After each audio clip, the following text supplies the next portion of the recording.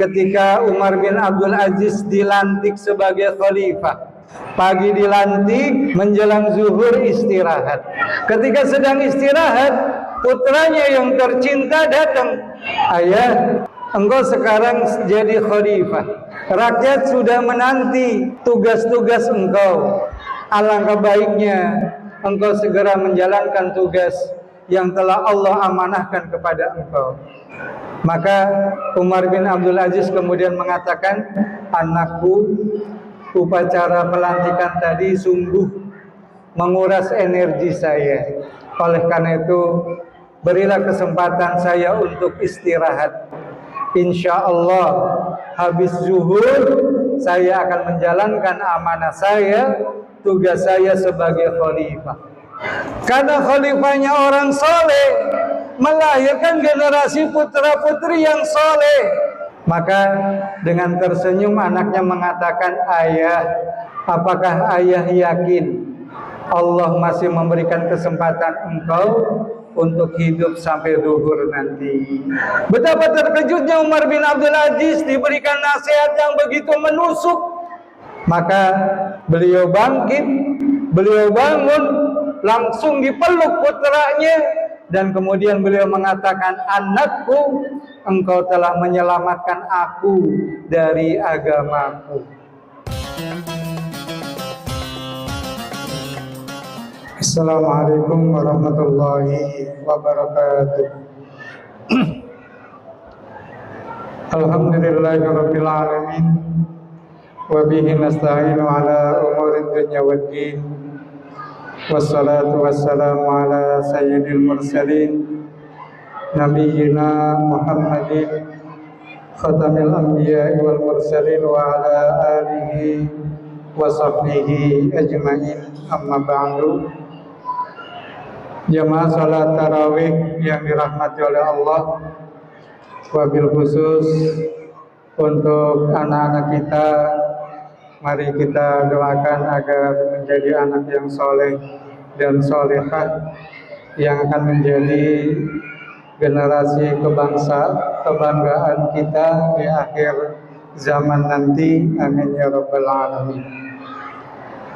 Jamaah sekalian, Rasulullah sallallahu alaihi wasallam bersabda, ala inna fil jasadi mudghah fa idza saluhat saluha kullu amalu wa idza fasadat fasada kullu amalu ala wahiyal qalb.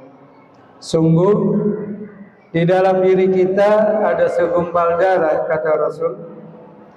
Kalau segumpal darah itu baik, maka baiklah seluruh amalia kita. Tapi seandainya segumpal darah itu buruk, maka buruklah seluruh amalia kita. Segumpal darah itu adalah hati. Makanya di dalam Al-Quran ada 3 gambaran kondisi hati manusia. Ada yang Allah sebutkan fi qulubihim maradun. Di dalam hati mereka ada penyakit. Berarti jamaah sekalian yang dirahmati oleh Allah, salah satu yang perlu kita waspadai di dalam diri kita adalah penyakit-penyakit yang berjangkit di dalam hati kita. Dan salah satu di antara penyakit yang ada di dalam hati kita, apa yang disebut dan dikenal dengan penyakit taswif. Penyakit taswif ini perlu kita waspadai, perlu hati-hati. Apa itu penyakit taswif? Penyakit yang senantiasa mendorong kita untuk berkata nanti, atau menunda-nunda amaliyah yang hadir di hadapan kita. Padahal jamaah sekalian yang dirahmati oleh Allah, Rasulullah sallallahu alaihi wasallam bersabda, halakatul musawwafah, akan hancurlah, akan binasalah, akan merusaklah orang yang senantiasa berkata nanti. Karena jamaah sekalian yang dirahmati oleh Allah, salah satu di antara yang menyebabkan seseorang diberi stempel rugi adalah mereka yang tidak bisa menjalankan, menggunakan peluang yang telah Allah hadirkan di hadapan kita.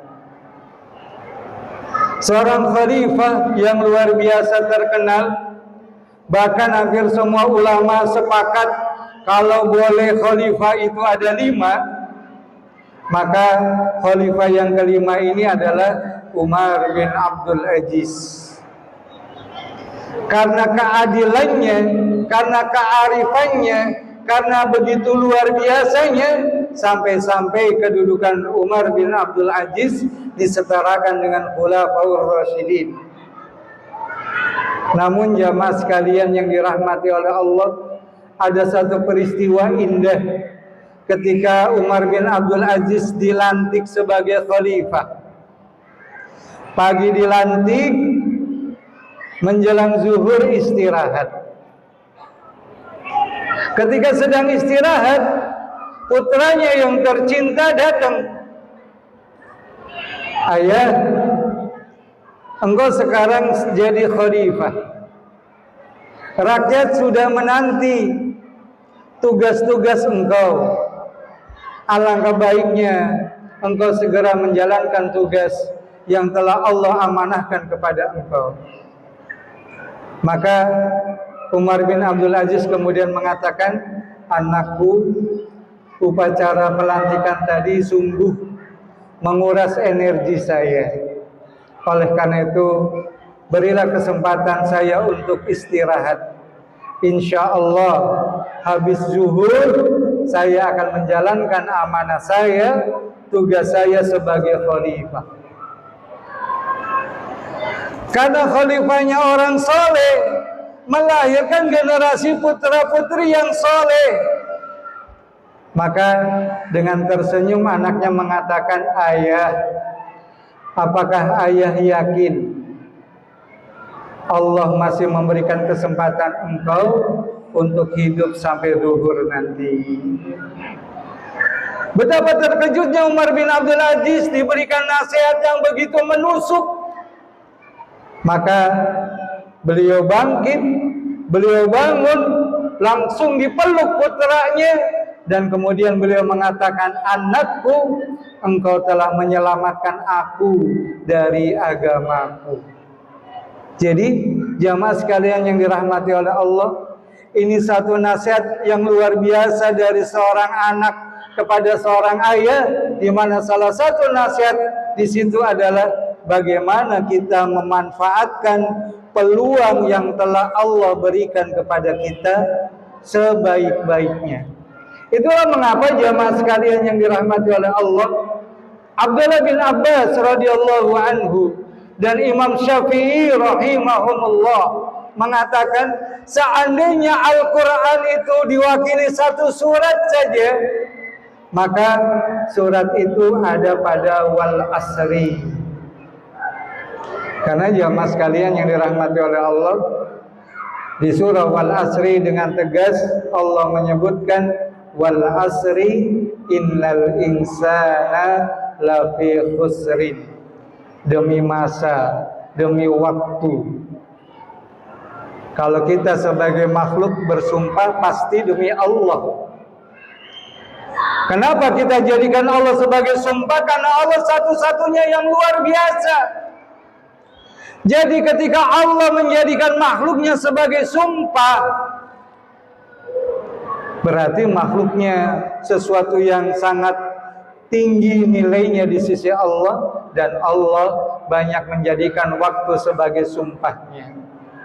Bahkan seluruh siklus waktu Allah jadikan sumpah. Mulai pagi Allah mengatakan wal fajri, demi waktu fajar. Agak siang sedikit wadduha, demi waktu duha. Siang wal nahari, demi waktu siang. Sore wal asri, malam wal laili, semuanya Allah jadikan sumpah. Karena waktu, al-waktu huwal haya, al-waktu hiyal ibadah. Waktu adalah kehidupan dan idealnya waktu itu kita gunakan untuk ibadah.